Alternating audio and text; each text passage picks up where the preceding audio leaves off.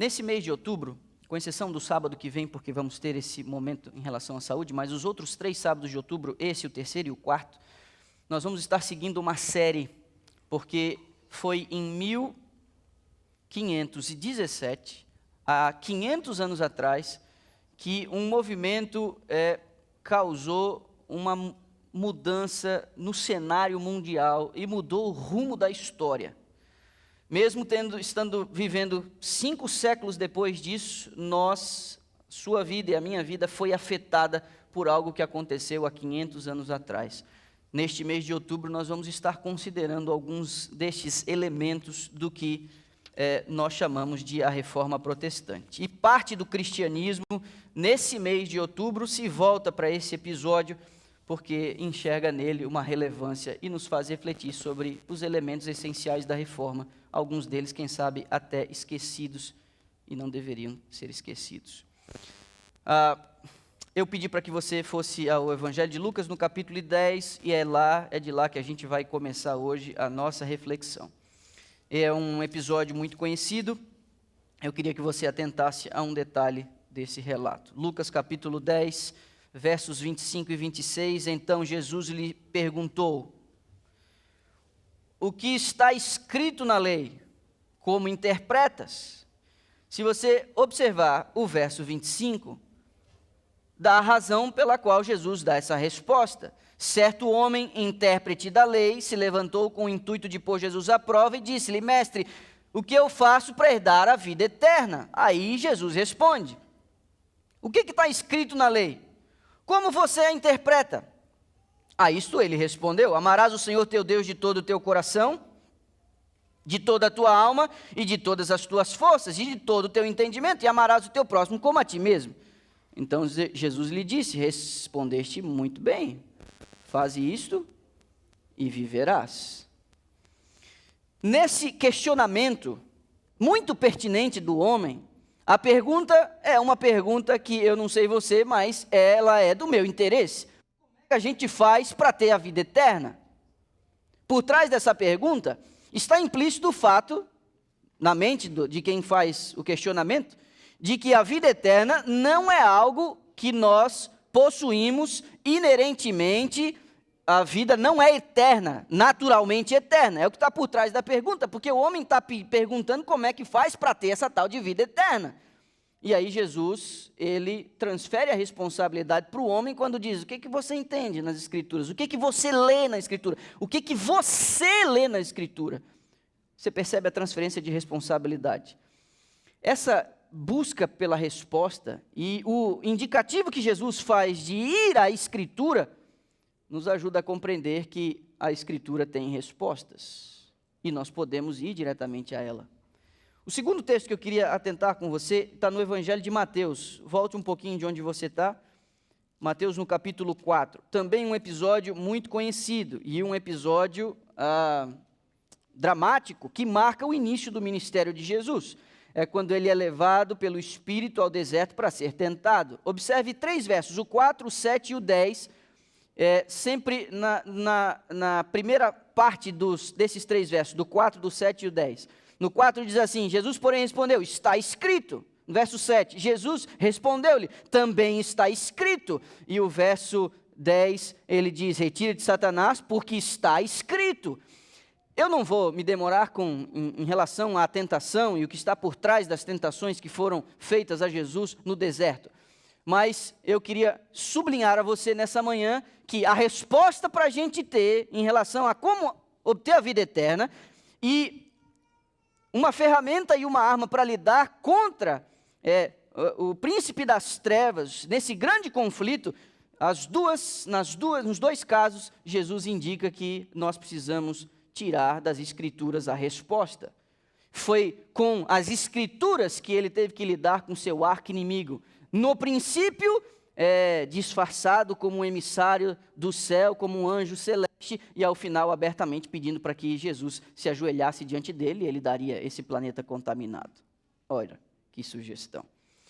Terceiro texto que eu queria que você atentasse, voltando a Lucas no capítulo 24, também é um episódio muito conhecido, e eu queria sublinhar com você aqui uma expressão, porque ela vem corroborando com essa linha de pensamento. Lucas capítulo 24, isso se dá no domingo da ressurreição, algumas horas da tarde, no finalzinho da tarde, início da noite.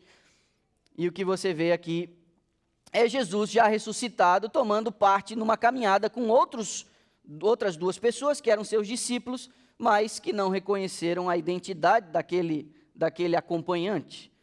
E Jesus, quando toma lugar ao lado deles, eles faziam ali um percurso de alguns estádios, dá aproximadamente 12 quilômetros, fazendo a conversão aqui. Eles estão conversando sobre o que tinha acontecido no final de semana, e Jesus se une a eles e pergunta: sobre o que vocês estão conversando? Ele falou: você não sabe o que aconteceu no final de semana em Jerusalém? Não, me conta. Não, é Jesus o Nazareno. Nós imaginávamos que ele fosse o Messias, de que ele restauraria Israel, mas morreu na sexta, mataram ele, e disse que ressuscitaria no terceiro dia, e já se faz 3 dias, e nada. Eles mal sabiam que estavam falando com o próprio Cristo ressuscitado. Mas, repare no verso 27, e começando por Moisés, discorrendo por todos os profetas, Jesus expunha-lhes o que a seu respeito constava em todas, que diz a tua Bíblia? As Escrituras. As Escrituras, dela saem as respostas mais essenciais para a vida humana, que tem que ver com a conduta diária, que tem que ver com uma vida alinhada com os pilares, as bases do reino dos céus, a política do céu.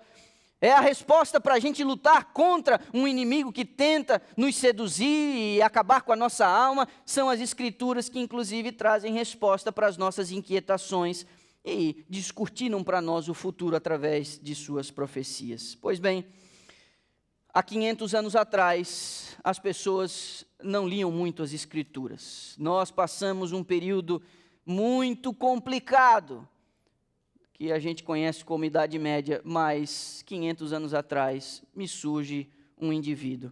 É o ícone do que esse mês a gente está celebrando, é o ícone da Reforma Protestante. Você o conhece pelo nome de Martinho Lutero. E a relação dele com as Escrituras foi o que mudou os rumos do nosso planeta. Sim, isso não foi apenas um problema numa igreja na época medieval. Isso foi algo que mudou completamente o destino de reinos e nações e afetou também a sua vida, querendo você ou tendo consciência você ou não. Quem foi Martinho Lutero? Ele teve uma infância muito pobre, muito simples. E ele não foi educado adequadamente, apesar da sinceridade dos seus pais.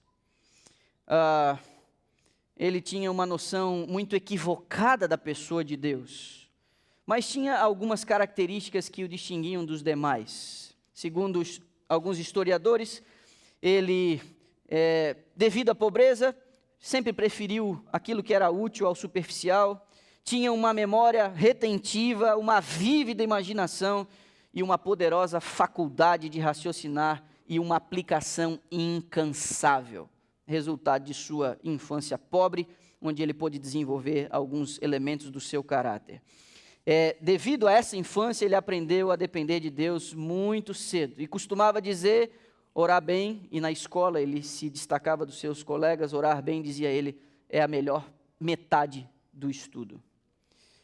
Mas com o desejo de redimir sua alma, ele vivia sob a opressão, ele vivia angustiado, ele olhava para Deus com temor, o temia, mas sentia medo de Deus. Para aplacar um pouco isso, ele decidiu se filiar a um monastério, e através de uma vida austera e cheia de sacrifício, ele quis se ver livre da culpa e do pecado, mas acabou entrando em desespero.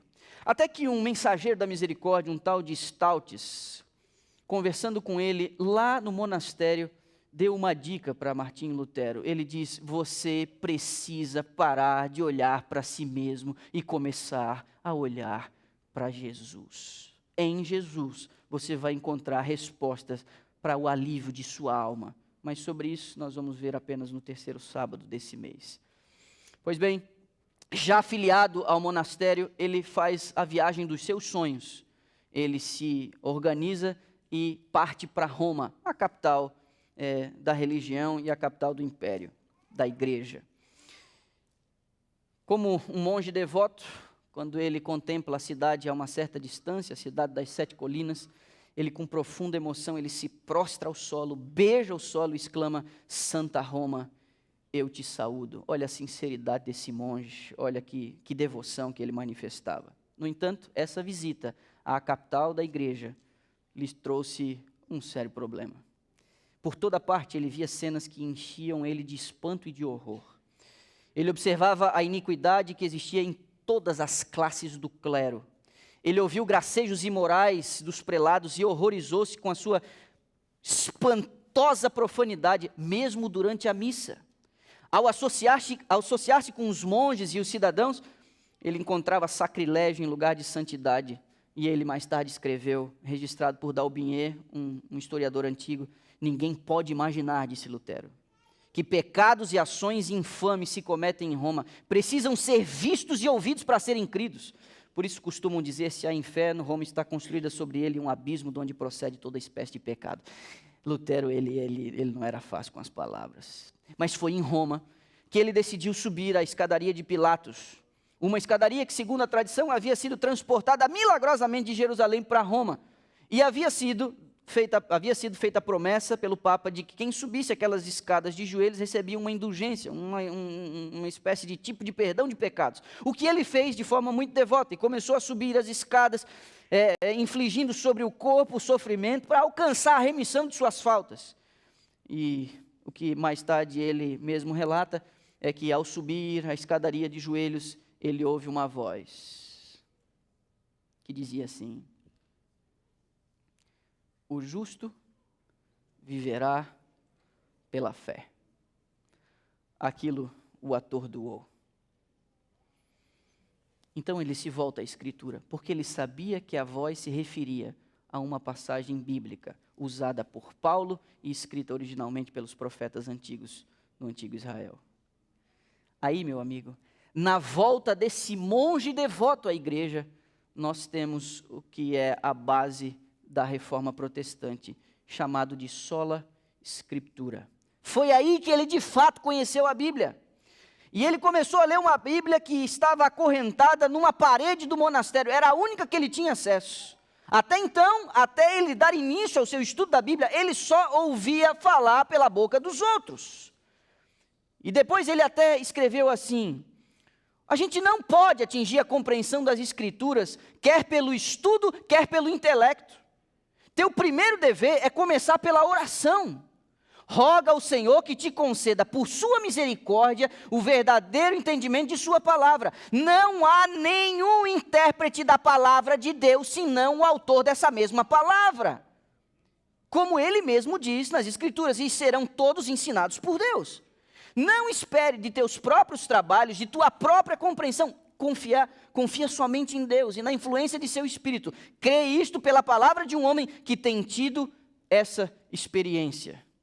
E esse, meu amigo, como eu já mencionei, é o pilar da reforma protestante. Esse na realidade é o elemento mais protestante.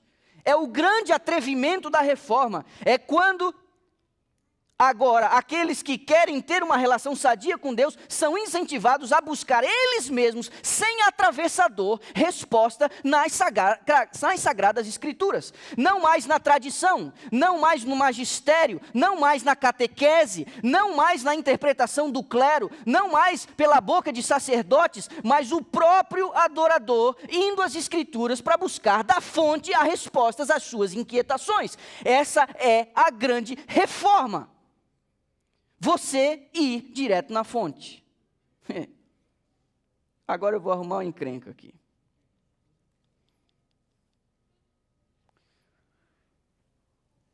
Eu temo que alguns de nós não estamos arrumando tempo para ler as Escrituras. Eu temo que alguns de nós nos afastamos das sagradas letras. Em algum momento nós éramos conhecidos como o povo da Bíblia. Nós dávamos razão de nossa fé. Nós sabíamos explicar aquilo que a gente cria. Nós deixávamos qualquer pessoa, no mínimo, admirada com a nossa linha de raciocínio e os argumentos baseados em textos bíblicos. Temo que, atualmente, alguns de nós nem saibamos dizer direito porque nós aderimos a esse movimento chamado de adventismo. Ora, eu já disse isso e repito. Para você ser salvo, você precisa passar pela experiência das águas, mas você sabe exatamente por que passou pela experiência das águas nessa igreja e não em qualquer uma chamada evangélica? Qual a diferença? O que nos difere? O que nos torna diferentes? Alguns de nós, quem sabe, não tenhamos a capacidade de dizer por que de fato somos adventistas e não simplesmente evangélicos.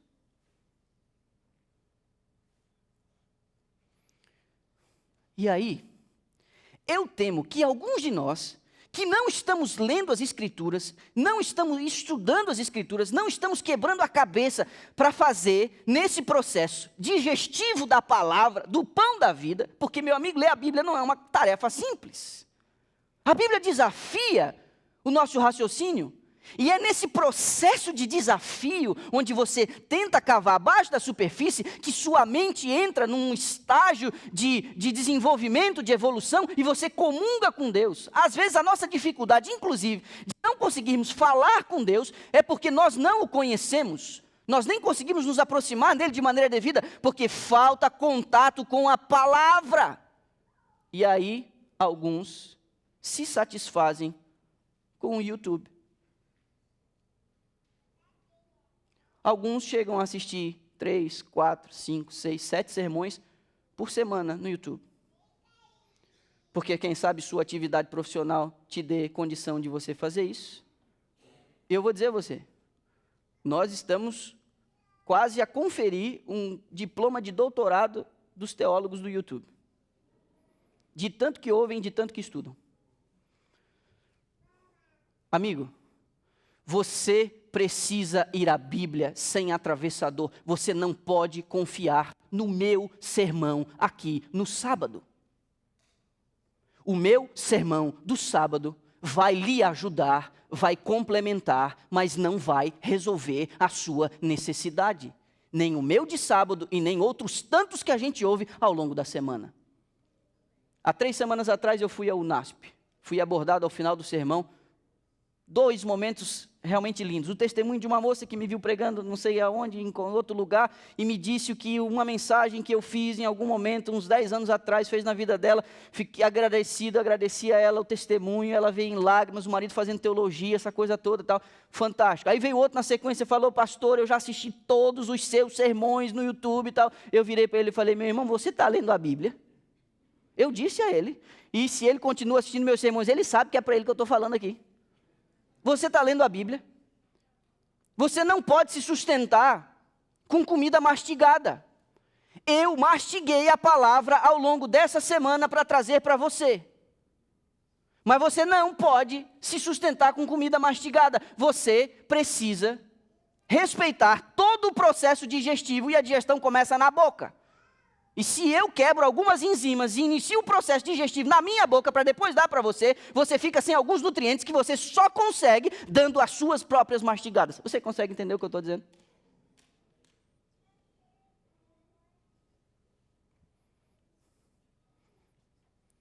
Por isso, quem sabe, Paulo disse bem assim para Timóteo. Abre lá no capítulo 3 da 2ª carta. A Gisele leu o texto aqui. Ela leu apenas o 16, eu queria que você observasse o 14 e o 15, e depois o 17. Porque Paulo parece sugerir aqui uma coisa. Paulo dá um bocado de dicas, dá um bocado de conselhos. Mas olha o que fica claro aqui. 2ª carta de Paulo a Timóteo, capítulo 3, verso 14. Tu, porém, permanece naquilo que aprendeste e de que foste inteirado, sabendo de quem o aprendeste. E que desde a infância, sabes o que diz aí? O que diz aí? As sagradas letras, que podem tornar-te sábio para a salvação pela fé em Cristo Jesus. Aí o texto clássico. Toda a escritura é inspirada por Deus, útil para o ensino, para a repreensão, para a correção, para a educação na justiça, a fim de que o homem de Deus seja perfeito e perfeitamente habilitado para toda boa obra. Outras versões dizem perfeitamente instruído. Paulo está dizendo a Timóteo que ele deve recorrer às Escrituras. Você me conhece, você sabe de quem você tem aprendido, você Em outro momento ele chega a dizer, eu sei bem a fé que há em ti, que primeiro habitava na tua avó, que passou pela tua mãe e agora está em você. Mas ele diz ao seu assistente, a esse jovem pastor, você precisa ir à Escritura para saber o que você tem que fazer. Então Lutero, lendo a Bíblia, que estava acorrentada na parede daquele monastério, com um misto de reverência e admiração, ele folheava aquelas páginas sagradas. O que mais tarde ele relata, pulso acelerado, coração palpitante, lia por si mesmo as palavras da vida, detendo-se aqui e acolá para exclamar, quem me dera que eu um dia tivesse um livro como esse, o dele pessoal. Anjos celestiais, diz a serva do Senhor, estavam ao seu lado, e raios de luz procedentes do trono de Deus traziam-lhe à compreensão os tesouros da verdade. Assim, olha o que ele chega a dizer mais tarde. Observando o cenário nacional, observando a sua sociedade, olha o que ele chega a dizer mais tarde. Receio muito que as universidades se revelem grandes portas do inferno. Rapaz, a menos que diligentemente trabalhem para explicar as Santas Escrituras e gravá-las no coração dos jovens, não aconselho ninguém a pôr seu filho onde as Escrituras não reinem supremas. Toda instituição em que os homens não se achem incessantemente ocupados com a palavra de Deus, tem de tornar-se corrupta. E você sabe que a origem, de fato, das universidades, ela se dá com a preocupação das pessoas entenderem e conhecerem a respeito de Deus. As universidades foram criadas para o estudo de Deus. Não é no mínimo irônico que hoje algumas delas proíbem qualquer tipo de proselitismo ou referência ao sagrado e ao Criador do céu e da terra, negando sua própria existência? Não é no mínimo irônico? 500 anos antes ele já estava aqui quase que profetizando. Aí chegou na cidade dele, em Wittenberg, um tal de Tetzel. Eu queria estar lá para ver isso aqui. Você sabe, eu tive a chance de ir lá. Botei os meus pés na casa, visitei seu túmulo, a igreja onde ele fixou as 95 teses. E quando fui lá, eu lembrei desse camarada aqui, porque existe um historiador antigo chamado D'Aubigné, na faculdade, como um requisito de uma das matérias, eu tinha que ler alguma coisa da história eclesiástica, e eu descobri no acervo da biblioteca do NASP as obras traduzidas de D'Aubigné, onde ele transcreve ali os debates que Lutero teve com esse vendedor de indulgências chamado Tetzel. Mas sobre isso a gente vai ver um pouquinho mais no terceiro sábado. A questão é que o povo recebia esse pretensioso blasfemo, como se fosse o próprio Deus, a ele descido do céu, quando ele dizia, chegando na cidade, a graça de Deus e do Santo Padre está às vossas portas, e com grande disfarçatez, repetia as mais deslumbrantes falsidades, relatava histórias maravilhosas, para enganar um povo ignorante, crédulo e supersticioso. Se o povo tivesse a palavra de Deus, diz Ellen White, eles não teriam sido enganados dessa maneira. Às vésperas da festa de todos os santos, com a cidade tomada de gente, para as celebrações, Martim Lutero faz um negócio. Ele coloca na porta da igreja, simplesmente, 95 teses que atacavam o coração, a alma da doutrina das indulgências. A doutrina das indulgências, em tese, dizia que você pode comprar o perdão de pecados. Você podia comprar o perdão de pecados antigos, já cometidos. Você podia comprar o perdão de pecados com dinheiro mesmo. Com dinheiro. Você podia comprar o perdão de pecados que você estava planejando cometer. Pecados futuros. E aí eles entenderam que podiam aumentar o rendimento e os lucros se vendessem perdão de pecados para pessoas que já tinham morrido. Aí, meu amigo, os cofres ficaram abarrotados. Pois bem, ele coloca 95 teses que atacavam a alma, em cheio, essa doutrina perniciosa que invalidava a graça e o sangue de Cristo.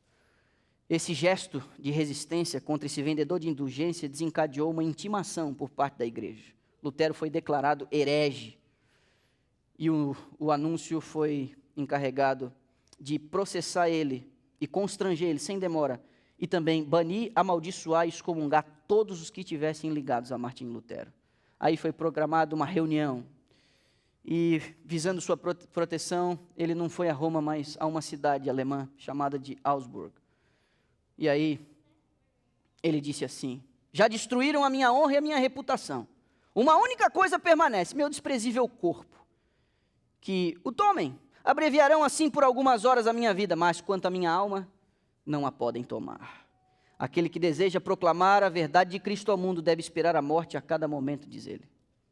Foi um contraste. De um lado, nesse debate, um homem que não citava um texto bíblico, só dizendo, retrata-te, retrata-te, ou você será enviado para Roma para receber seu castigo. E de um outro lado, os seus argumentos claros, incisivos, citando texto com texto, e ele diz, eu ainda sou um monge católico, e se vocês me provarem através das escrituras o meu erro, o meu delírio, eu assim me retrato sem nenhuma demora. Mas por favor, a tradição não, o magistério não, a palavra do sacerdote não, sola escritura. Que coragem. Meu amigo, os escritos de Lutero começaram a se espalhar pela Europa, chegou à Suíça e Holanda. Exemplares dos seus escritos também tiveram ingresso na França e na Espanha. Na Inglaterra eram recebidos como palavra da vida. A Bélgica e a Itália também se abriu para a verdade. Milhares estavam a despertar do torpor mortal para a alegria e a esperança de uma vida de fé. Suas doutrinas eram ouvidas em toda parte, nas cabanas e nos conventos, nos castelos dos nobres, nas universidades e nos palácios dos reis.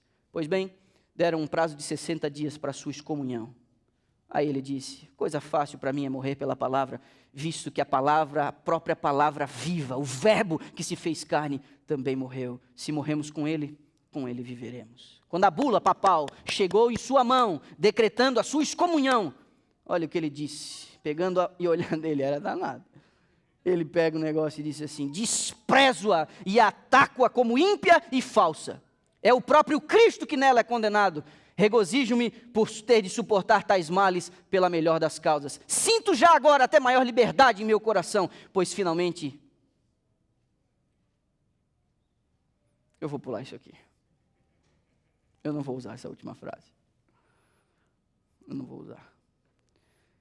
Na presença de uma multidão de estudantes, doutores, se você quiser depois eu te passo por escrito, mas eu não vou falar isso aqui hoje não. Na presença de uma multidão de estudantes, doutores e cidadãos de todas as classes, Lutero queima a bula papal com as suas leis canônicas, decretos e certos escritos que sustentavam o poder do pontífice. Ele disse assim, uma luta séria acaba de começar. Até aqui eu tenho estado a brincar apenas com o Papa, mas iniciei essa obra em nome de Deus e ela se concluirá sem mim e pelo seu poder. Nossa, eu não sei você, mas mais tarde... ele chega a dizer até assim, ó. Quem era eu para me opor à majestade do Papa perante quem os reis da terra e o mundo inteiro tremiam? Quem era eu, dizia ele. Ninguém poderá saber o que meu coração sofreu durante estes primeiros 2 anos. E em que desânimo, poderia dizer, em que desespero eu me submergi. Amigo, eu e você precisamos saber que quando nós nos voltamos às Escrituras, o conflito se intensifica. A luz e as trevas não combinam. Entre a verdade e o erro há um conflito irreprimível. Apoiar e defender um é atacar e subverter o outro. E isso a gente não pode perder essa noção. Deus não me guia, dizia Lutero. Ele me impele avante, ele me arrebata. Eu não sou senhor de mim mesmo. Eu desejo viver em repouso, mas eu sou arrastado ao meio de tumultos e revoluções. A igreja de Roma mercadejava com a graça de Deus. As mesas dos cambistas, como aquelas de Mateus capítulo 21, foram postas ao lado de seus altares e o ar ressoava com o clamor dos compradores e vendedores. A pedra fundamental foi assentada com o salário da iniquidade. Agora o interessante é que os meios utilizados pela igreja para engrandecer-se a si mesma, para abarrotar os seus tesouros, os seus depósitos, foi justamente o que provocou o mais mortal dos golpes ao seu poderio e grandeza. Foi isso que suscitou o mais resoluto e eficaz dos inimigos do papado, determinando a batalha que abalou o trono papal e fez tremer na cabeça do pontífice a tríplice coroa. Ellen White diz assim, e com isso eu quero terminar. Os que apresentam a verdade para este tempo não devem esperar ser recebidos com mais favor do que foram os primeiros reformadores. O grande conflito entre a verdade e o erro, entre Cristo e Satanás, há de aumentar de intensidade até o final da história desse mundo. As maneiras de oposição à verdade podem mudar, a inimizade pode ser menos manifesta porque é mais sutil, mas o mesmo antagonismo ainda existe e se manifestará até o fim do tempo. A minha igreja, nessa manhã, eu quero dizer, nós precisamos nos voltar às Escrituras. Você está com dúvidas do que deve fazer, você às vezes precisa de uma resposta e de orientação em como dar o próximo passo. Essa resposta tem que ver com alguma coisa dentro do seu lar, essa resposta tem que ver com alguma coisa relacionada às tuas próprias emoções, à tua perspectiva de futuro, é um investimento. Que tipo de dúvida você tem em relação ao amanhã, em relação ao desconhecido? Que tipo de dúvida você tem em relação a si mesmo? Que tipo de atributo você quer adquirir em sua jornada? E que tipo de energia você quer que seja colocado em você para te impulsionar a ir mais adiante? Meu amigo, só existe uma fonte segura para você encontrar essas respostas. Você pode encontrar alívio, compreensão e até empatia conversando comigo na sala pastoral. Você pode inclusive ficar feliz quando eu vou à sua casa e oro ali ajoelhado no santo de sua sala. E tudo isso a gente tem feito. Mas você quer realmente ter respostas, as mais puras e confiáveis, você deve ir à fonte e falar com aquele que tem todas as respostas. Você não deve ser tímido em buscar a Bíblia e através dos seus estudos você encontrar resposta e indicação de que caminho você deve seguir. Esse não é o benefício do clero, esse não é o benefício de um sacerdote, esse não é um dom que foi dado a uma elite especial que é paga para fazer isso. Não, meu amigo, Deus quer falar diretamente com você. Você tem uma fonte limpa e segura, você deve buscar o Senhor através das Escrituras. Este é o eco da reforma, o pilar dela e quem sabe o seu maior atrevimento. Volte às Escrituras. E para aqueles que podem imaginar que eu estou dizendo que é errado ficar ouvindo sermão no YouTube, não foi isso que eu disse. Não foi isso que eu disse.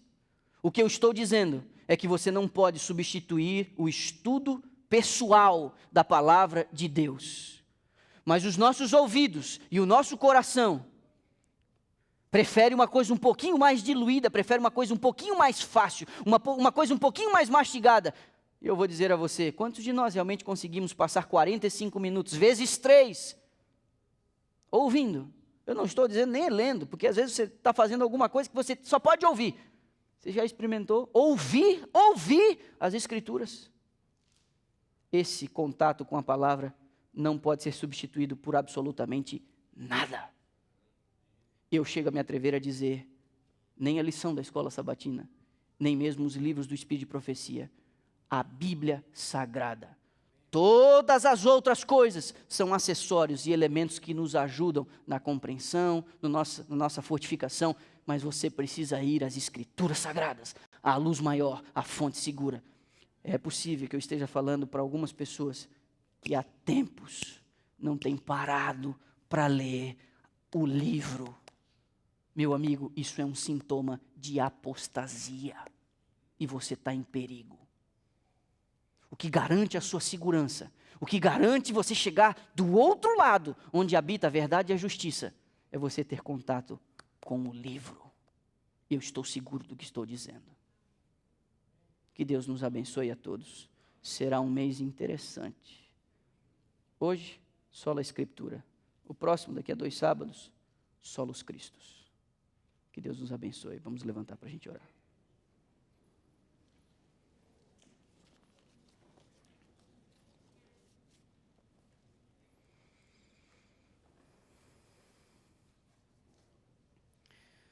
Amantíssimo Deus e Pai Celestial,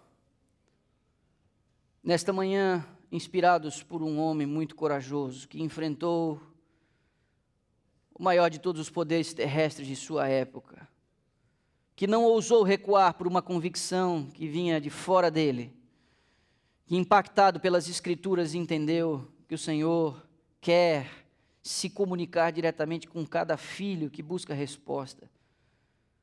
Nós fomos incentivados a voltarmos às Escrituras para dar razão de nossa fé, para encontrarmos respostas para pelos mais variados questionamentos de nossa vida. Por favor, nos ajuda, Pai, a nos alimentar com a palavra da vida. Nos ajuda a compreender as Escrituras, que o Teu Espírito, o autor delas, possa se aproximar de nós, de todos aqueles que com o coração humilde se aproximam do sagrado livro, para receber a resposta, para encontrar a sabedoria e o entendimento, que o Espírito de Deus possa soprar, possa diluir, possa ajudar nesse processo de digestão a compreensão do texto bíblico, que a aplicação para os deveres diários da vida possa tornar a nossa vida mais suave, possa tornar a nossa vida mais feliz, possa nos tornar mais fortes e sábios, unicamente para a glória do Teu nome, Pai. Abençoa a Tua igreja, o Teu rebanho, despeça-nos com a Tua paz e na alegria da salvação em Cristo. Nós oramos agradecidos em nome desse Jesus. Amém, Senhor.